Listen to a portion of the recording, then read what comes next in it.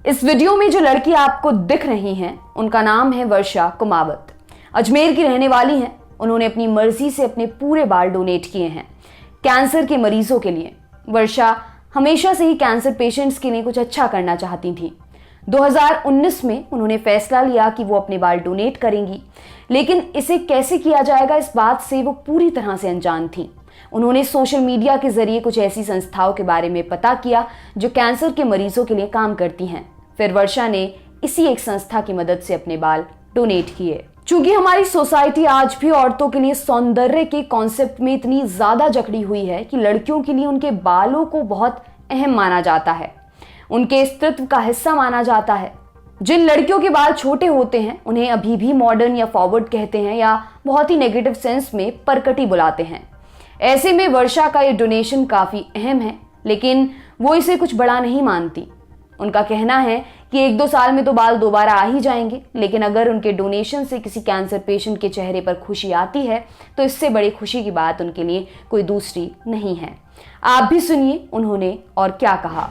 समर्पण जैसा तो कुछ लगता नहीं है, कोई बहुत बड़ी बात तो है नहीं, लेकिन जैसे कि पैट्रियार्कल सोसाइटी है जिस अकॉर्डिंग, उसके समाज के अकॉर्डिंग थोड़ा बड़ा है, लेकिन मेरी नज़र में कोई बहुत बड़ा काम नहीं है शायद। मेरा सबसे पहला फर्स्ट एंड फॉरमोस्ट सपोर्ट तो मेरे फादर का था। मतलब मैंने पापा को बताया, मम्मी को बताया, तो उन्होंने बहुत अच्छे से सपोर्ट करा मुझे। बोले कि आप आराम से, आपके बाल है, आप कुछ भी करो, हमें कोई प्रॉब्लम नहीं है। और फिर पापा ने बोला कि आप आराम से करा सकते हो, कोई दिक्कत नहीं। ये था दिन का वीडियो। अब बढ़ते हैं बड़ी खबर की तरफ। 4 नवंबर 2017 का दिन था। मॉडल एक्टर मिलिंद सोमन ने एक तस्वीर पोस्ट की अपने 52वें बर्थडे के मौके पर। तस्वीर में मिलिंद के साथ थी अंकिता कुंवर, जो तब मिलिंद की गर्लफ्रेंड थी। इसके पहले भी मिलिंद ने कुछ मौकों पर अंकिता के साथ अपनी तस्वीरें डाली थी। दोनों के रिलेशन में होने की खबरें 2017 के जून के बाद से आने लगी थी, लेकिन नवंबर आते आते ये कंफर्म हो गया कि दोनों एक दूसरे के साथ हैं और खुश हैं। अंकिता सभी तस्वीरों में जाहिर है मिलिंद से काफी छोटी नजर आती थी और इसी वजह से सोशल मीडिया पर लोग घटिया घटिया कमेंट्स करने लगे। इस कपल को लेकर तरह तरह की बातें कही जाने लगी। खैर, ये बात है आज से करीब 3.5 साल पहले की। अब तो इस कपल की शादी को भी 2 साल हो चुके हैं। फिर भी एज गैप वाला मुद्दा बार बार इनके सामने आता रहा है, जिस पर दोनों ने कई बार जवाब भी दिया है।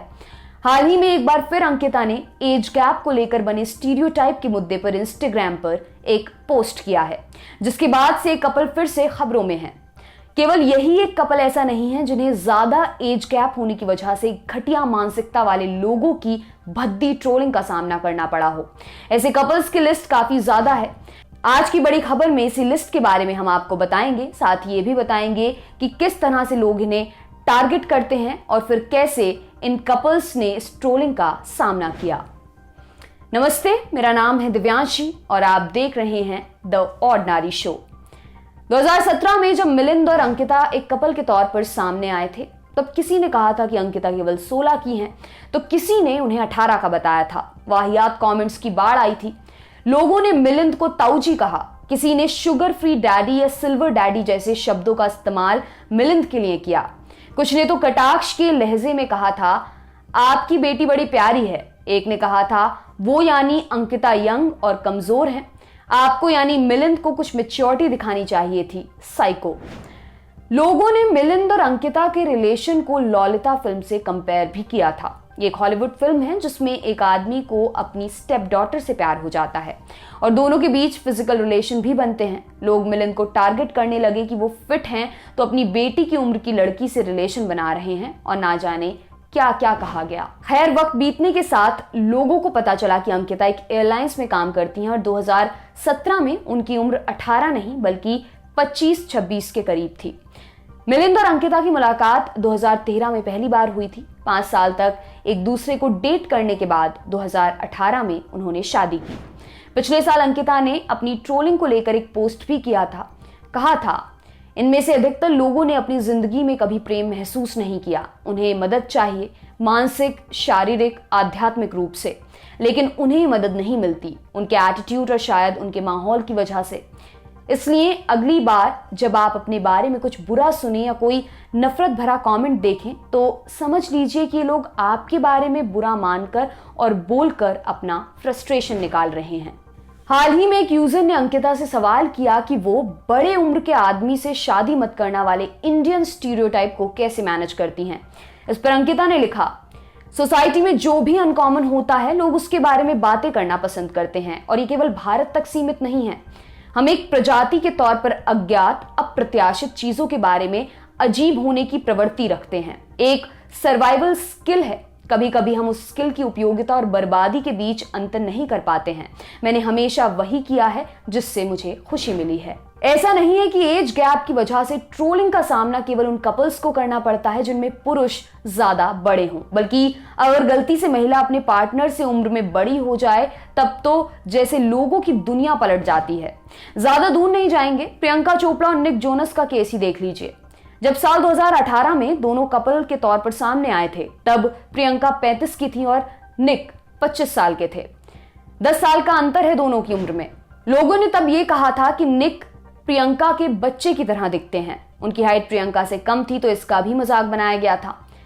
कोरा पर किसी ने सवाल डाला कि प्रियंका निक से शादी क्यों कर रही हैं। इस पर किसी एनोनिमस व्यक्ति ने बहुत कुछ कैलकुलेट करते हुए लिखा था, ये एक अवसर है। प्रियंका खुद 36 की हो चुकी हैं, स्ट्रॉन्ग हेडेड महिला हैं। इस शादी से उन्हें हॉलीवुड में अच्छे से एक्सेप्ट कर लिया जाएगा। निक खुद सेलिब्रिटी हैं, उनके अच्छे खासे फैंस हैं। उनसे शादी करके प्रियंका का फैन बेस भी स्ट्रॉन्ग हो जाएगा। प्रियंका 11 साल बड़ी हैं। इस मैच्योरिटी और एक्सपीरियंस से वो निक को डोमिनेट कर सकेंगी। इस तरह की कई सारी बातें लिखी गई थी प्रियंका और निक को लेकर, लेकिन जाहिर है कि प्रियंका को इन सारी बातों से कोई फर्क नहीं पड़ता। उन्होंने ई टाइम्स को दिए एक इंटरव्यू में कहा था, इन सबसे मैं परेशान नहीं होती। मुझे लगता है कि हमसे ज्यादा मीडिया इन ट्रोल्स को अहमियत देती है। जितना आप लोग इस ट्रोलिंग को डिस्कस करते हैं हम नहीं करते। 150 लोगों के ओपिनियन की वजह से मैं अपनी लाइफ नहीं बदलना चाहती। अब बात करते हैं अमेरिकन एक्टर जॉर्ज क्लूनी की। 60 बरस के हैं। साल 2014 में दूसरी शादी की। अमाल अलामुद्दीन नाम की एक फेमस ह्यूमन राइट एडवोकेट हैं और एक्टिविस्ट हैं। इस वक्त 43 बरस की हैं, यानी दोनों के बीच 17 साल का एज गैप है। जॉर्ज जो पहली पत्नी से तलाक लेने के बाद मोस्ट एलिजिबल बैचलर माने जाते थे, उनका एक बैरिस्टर से शादी करना बहुतों को हजम नहीं हुआ। कई लोगों ने अमाल को गोल्ड डिगर कहा। एक मैगजीन ने तो कवर फोटो में ही अमाल के लिए गोल्ड डिगर शब्द लिख दिया था। गोल्ड डिगर एक अपमानजनक शब्द के तौर पर उन लड़कियों के लिए इस्तेमाल किया जाता है जो पैसों के लिए किसी से शादी करती हैं, जिन्हें पैसों का लालच होता है। ये एक तरह का अपशब्द ही है। कोरा पर भी सवाल किया गया था कि अमाल ने जॉर्ज क्लूनी से शादी क्यों की। इस पर भी कुछ लोगों ने लिखा कि ताकि वो डिजाइनर कपड़े पहन सकें, जबकि अगर न्यूज रिपोर्ट्स की माने तो जॉर्ज और अमाल एक दूसरे से बेहद प्यार करते हैं और इसी प्यार को बनाए रखने के लिए साथ रहते हुए भी एक दूसरे को लव लेटर्स लिखते हैं।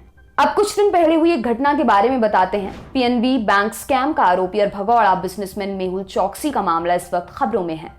इस मामले में एक नाम काफी बार सामने आ चुका है। वो नाम है मेहुल की कथित गर्लफ्रेंड बाबरा जबारिका। बाबरा को लेकर इस तरह की खबरें आ चुकी हैं। उनके ऊपर कई तरह के गंभीर आरोप लग चुके हैं, जैसे वो मेहुल की तथाकथित किडनैपिंग में शामिल थी, हनी ट्रैप का हिस्सा थी या फिर मिस्ट्री वुमन थी। यह भी कहा गया कि मेहुल बाबरा के लिए शुगर डैडी था, माने ऐसा व्यक्ति जो अपने से काफी कम उम्र की औरतों के साथ रिश्ते बनाता हो और उन्हें खुश रखने के लिए महंगे महंगे गिफ्ट देता हो। हालांकि बारबरा ने एएनआई को दिए एक इंटरव्यू में यह कहा कि ना तो वो मेहुल की गर्लफ्रेंड है और ना ही मेहुल उनके शुगर डैडी हैं। बारबरा ने कहा, मेरी खुद की कमाई है और बिजनेस है, मुझे उसके पैसे, support, hotel bookings, fake jewellery या किसी भी चीज की जरूरत नहीं है। इसके अलावा भी बहुत सारे कपल्स ऐसे हैं जो तथाकथित नॉर्मल कपल की परिभाषा में फिट नहीं बैठते। ऐसे शादीशुदा जोड़ों में अक्सर महिलाओं को लालची कहा जाता है। ये बोला जाता है कि पैसों के लिए उसने फला व्यक्ति से शादी की, प्यार व्यार कुछ नहीं है। और आदमी के लिए कहा जाता है कि पैसों के दम पर अपने से कहीं छोटी उम्र की महिला से शादी किया। पुरुष को बुरी नीयत वाला व्यक्ति कह दिया जाता है। जब दो बालिग इंसान, फिर चाहे उनके बीच कितना भी एज गैप क्यों ना हो, शादी करते हैं, अपनी मर्जी से करते हैं, तो आप और हम कोई नहीं होते उनकी पर्सनल लाइफ में टांग अड़ाने वाले। लेकिन फिर भी लोग ऐसा करते हैं, क्यों? ये जानने के लिए हमने बात की कुछ एक्सपर्ट से। सुनिए उन्होंने क्या कहा। जो भी चीजें ऐसे नॉर्म से थोड़ा हटकर होती हैं, मानकों से थोड़ी हटकर होती हैं, जहाँ पे हमें कुछ चीजें या संबंध एटिपिकल प्रकार के दिखाई देते हैं, थोड़े असामान्य या असमान दिखाई पड़ते हैं, वहाँ पर एक हमारी आदत होती है कि हम लोगों के बारे में टोह लगाते हैं और उसके बारे में पता करना चाहते हैं। तो ये सामान्य एक स्वभाव है व्यक्ति का, क्योंकि ये सामाजिक प्रत्याशा के विरुद्ध किया गया व्यवहार होता है। जो सामाजिक हस्तक्षेप एक होता है, इंटरवेंशन जो होता है, वो दोनों में मंशा तो एक ही होती है कि भाई यहाँ पर ऐसा क्यों हो रहा है, जो कि नॉर्मल नहीं है, जो कि सामान्य नहीं है। कहीं ना कहीं ये जो बात है वो हमारे रूटीन से हटकर है, तो इसलिए इन बातों के बारे में लोगों की एक जिज्ञासा होती है। हमारा जो बेसिकली जो हमारा बिहेवियर होता है वो सोशल एक्सपेक्टेशंस पर आधारित होता है, सामाजिक प्रत्याशाओं पर आधारित होता है। हम सबकी अपनी एक भूमिका होती है जो कि एक सार्थक भूमिका होती है और उसको हमें फुलफिल करना होता है। तो कहीं भी जब हम कुछ ऐसा करते दिखते हैं जो कि थोड़ा सा अलग है, तो लोगों की जिज्ञासा हो सकती है। समाज जो लांछन लगाना शुरू कर देता है कि उसने लालच में शादी की है बड़े पुरुष से, या उसका प्रॉपर्टी उसके पास ज्यादा है, या ये कहिए कि आप मतलब अपने आप को एक तरह से औरों से अलग हट कर दिखाना चाहिए। तमाम तरह के जो लांछन एक तरह से लगाए जाते हैं, उसमें मैं इतना ही कहूंगी कि ये उस महिला का अधिकार है। वो महिला कितनी उम्र के लड़के से शादी करती है या प्रेम करती है, इवन यहाँ तक के कहना चाहती हूँ मैं कि प्रेम करने का अधिकार भी स्त्री का है, और वो प्रेम के बाद शादी करे ये भी अधिकार स्त्री का है। अगर आप इसको इस तरीके से तोलना शुरू कर देते हैं तो ये बात तो पुरुषों पे भी लागू होती है। जब पुरुष इतनी उम्र का होकर छोटी उम्र की लड़की से शादी करता है, आज हम 21वीं सदी में जी रहे हैं, लड़कियों को बराबरी का अधिकार है, महिलाओं को बराबरी का जीने का अधिकार है। वो तय करती है कि उसको पति के साथ रहना भी है या नहीं रहना है। वो तय करती है कि शादी के बाद वो अपने शादी के बाद या बिना शादी किए पुरुष के साथ रह सकती है या नहीं रह सकती है। हमारा संविधान इजाजत देता है, लेकिन ये जो जिस तरीके की हमारे यहाँ जो सोच है, उस सोच के मनोविज्ञान को समझने की जरूरत है। उसका मनोविज्ञान जो कहता है, क्योंकि हमारे शुरू से ही हमारे यहाँ ऐसी संरचना बनी है सोसाइटी की कि लड़कियों को एक तरह से अधिकार उस तरीके से नहीं दिया गया जो पुरुषों को दिया गया। कुछ समय पहले हमने आपको दिखाया था कि प्रैंक वीडियो के नाम पर कुछ लड़के किस तरह की घटिया और ओछी हरकतें कर रहे हैं। उसमें हमने बताया था कि इन वीडियो में से कुछ में ये दिखाया गया है कि लड़के को पहले लड़की भाव नहीं देती है, लेकिन जब वो महंगी गाड़ी से उसके पास आता है तो भाव देने लगती है। इन वीडियो में भी लड़कियों के लिए गोल्ड डिगर शब्द का इस्तेमाल किया गया था। ये केवल कुछ वीडियो की बात नहीं है, हमने अपने सिनेमा में भी देखा है कि किस तरह हीरोइन गरीब हीरो को हमेशा हिकारत से देखती थी, अमीर लड़के से प्यार करती थी, जब तक गरीब हीरो आखिर में उसकी आंख नहीं खोल देता था।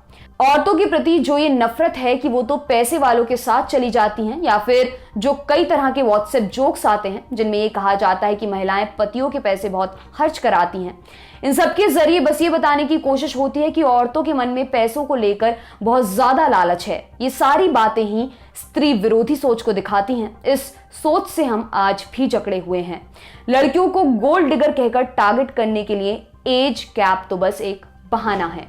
बड़ी खबर को हम यहीं पर खत्म करते हैं और बढ़ते हैं आज की सुर्खियों की तरफ। पहली सुर्खी जुड़ी है थाने में घटी एक दुखद घटना से। बुधवार यानी 9 जून की रात एक महिला ऑटो से कहीं जा रही थी, तभी बाइक पर सवार 2 आदमी आए और उन्होंने महिला का फोन उसके हाथ से खींच लिया। उन्हें रोकने के चक्कर में महिला ऑटो से नीचे गिर गई, सिर पर चोट लगी और खून बहने लगा। उसे तुरंत अस्पताल में भर्ती कराया गया, जहां डॉक्टर्स ने उसे मृत घोषित कर दिया। महिला के साथ ऑटो में उसका एक दोस्त भी था, जिसने पुलिस में दोनों बाइक सवार आदमियों के खिलाफ शिकायत दर्ज कराई। पुलिस ने केस दर्ज करने के बाद सीसीटीवी के सहारे आरोपियों को खोज निकाला और 10 जून को उन्हें पकड़ लिया गया। अगली सुर्खी बनाई है एक्ट्रेस और टीएमसी सांसद नुसरत जहां ने। नुसरत और निखिल करीब 6 महीने से अलग रह रहे हैं। नुसरत ने हाल ही में कहा कि उनकी शादी चूंकि भारत से बाहर हुई थी तो वो लीगल नहीं कहलाएगी। साथ ही उन्होंने निखिल के ऊपर बैंक अकाउंट्स में हेराफेरी करने के आरोप भी लगाए थे। अब निखिल ने भी इसी मुद्दे पर अपना पक्ष रखा है। निखिल ने कहा कि उन्होंने नुसरत से कई बार कहा कि शादी रजिस्टर करवा लेते हैं, लेकिन उन्होंने उस पर ध्यान नहीं दिया। आगे कहा, उनके ऊपर एक बड़ा होम लोन था, उन्हें होम लोन के ब्याज से मुक्त करने के लिए मैंने अपने फैमिली अकाउंट से उनके अकाउंट में पैसे भेजे थे ताकि वो अपना लोन चुका सकें, और जब उनके पास पैसे आए तब वो धीरे धीरे करके मुझे लौटा सकें। उनके अकाउंट से मेरे या मेरी फैमिली अकाउंट में जो भी पैसे भेजे गए वो उसी लोन की वापसी थी। एक बड़ा अमाउंट अभी भी बाकी है। उनके सभी आरोप गलत हैं। अगली सुर्खी बनाई है न्यूजीलैंड की प्राइम मिनिस्टर जेसिंडा आर्डर्न ने। वैरायटी मैगजीन के मुताबिक साल 2019 में न्यूजीलैंड के क्रिस्टचर्च में मुस्लिम कम्युनिटी के ऊपर हुए अटैक पर एक फिल्म बनने जा रही है। एंड्रयू निकोल इसे डायरेक्ट करेंगे और लिखेंगे भी। फिल्म का नाम होगा दे आर अस। इस फिल्म में ऑस्ट्रेलियन एक्ट्रेस रोज बर्न जसिंडा का रोल प्ले करेंगी। द गार्जियन की रिपोर्ट की माने तो इस फिल्म को बनाने के फैसले का विरोध भी किया जा रहा है। कुछ लोग कह रहे हैं कि मुस्लिम विक्टिम को साइडलाइन कर दिया गया है। हालांकि जसिंडा ने खुद को इस मूवी से दूर कर दिया है। उन्होंने एक स्टेटमेंट जारी कर कहा है कि प्रधानमंत्री और सरकार का इस फिल्म में कोई इन्वॉल्वमेंट नहीं है। ये था आज का शो। अब सोमवार को होगी आपसे मुलाकात। अपना ध्यान रखें, सुरक्षित रहें। बहुत शुक्रिया।